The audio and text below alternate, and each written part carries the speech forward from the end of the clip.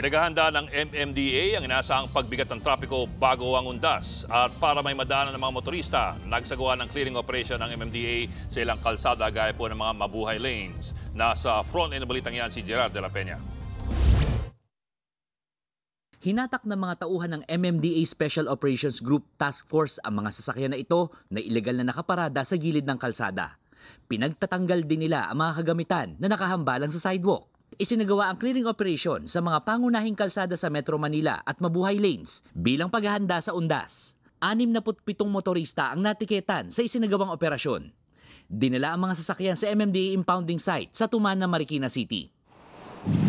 Bago pa man ang undas, may mga nagsimula ng magpintura at maglinis ng mga puntod sa ilang sementeryo, gaya na lang sa Manila North Cemetery. Ang iba naman, mas piniling dumalaw ng mas maaga para makaiwas sa siksikan. Parang hindi na kami makipag-aunahan sa November 1. Lalo na may naramdam ako kaya masiksikan sa November 1 Ayon sa pamunuan ng Manila North Cemetery, maglalaan sila ng e-trikes para sa libreng sakay, papunta at pabalik na mga puntod. Para sa kaligtasan ng mga bata, ipatutupad ang tagging system kung saan isusulat ang pangalan at contact number ng magulang o guardian. Bawal magpasok sa sementeryo ng baril, patalim, alak, alagang hayop, malalakas na sound system at anumang bagay na madaling magliyab. Patuloy naman ang dagsa ng mga pasahero sa mga terminal ng bus, gaya sa Parañaque Integrated Terminal Exchange o PTEX. Kahapon, umabot sa 188,000 ang bilang ng mga pasahero sa terminal. Mas mataas ito kumpara sa 160,000 na passenger volume sa ordinaryong araw. Ganyan daw ang sitwasyon hanggang sa Biyernes. May nakikita natin mga pasahero dito na sinasamantala yung long break na binigay dahil sa wellness break. Kaya naman nakita natin marami ng pasahero. Maraming mga biyaheng papuntang Bicol ang may limited slots na lamang para sa October 30 at 31.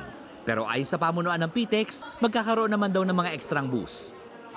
Maging ang mga bus terminal sa Cubao, Quezon City, dagsa din ng mga nais umuwi sa probinsya. Karamihan sa kanila, wala pang tiket pauwi ng Bicol at Quezon. Ang mga chance passenger may masasakyan naman, pero tiyagaan ang paghihintay. Fully book na ang biyahe ng mga bus na patungong Daet Camarines Norte hanggang October 31. Sa Ninoy Aquino International Airport naman, hindi pa ganoon karami ang pasahero.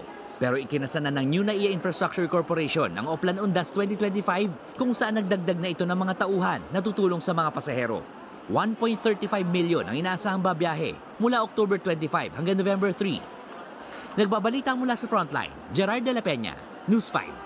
Mga kapatid, Ed Lingaw po, maging maalam at may pakialam sa mga napapanahong balita sa ating bansa.